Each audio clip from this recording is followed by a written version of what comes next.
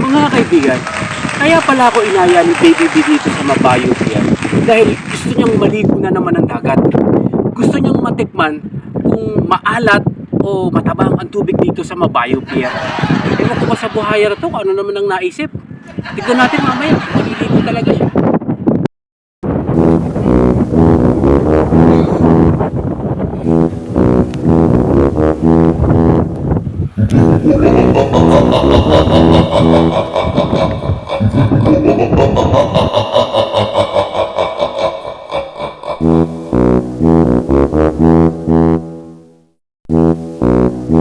Oh my God.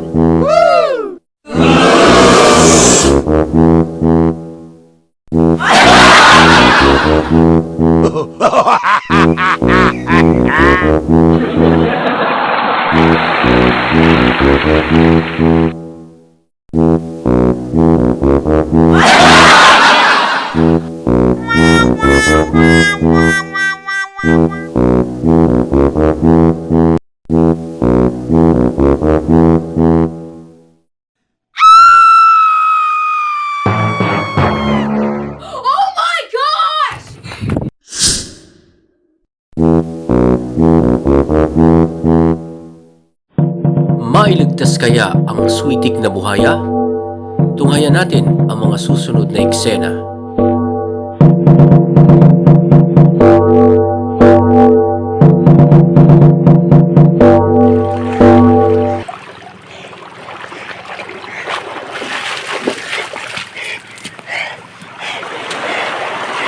Mabubuhay pa ba yan? Opo. Sana matuluyan na lang. Siya si Angel, ang nagligtas kay Baby Buhaya. At ito naman si G, kaibigan ni Angel. Ako po si G. Hello po, ako po si Angel. Nandito po kami sa pier. Kasama po namin si Baby Buhaya.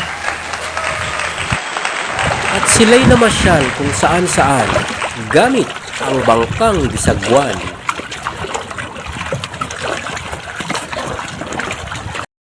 At dito na po natatapos ang walang kwentang kwento natin kay Baby B.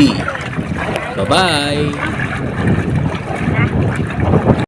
Ho, ho, ho!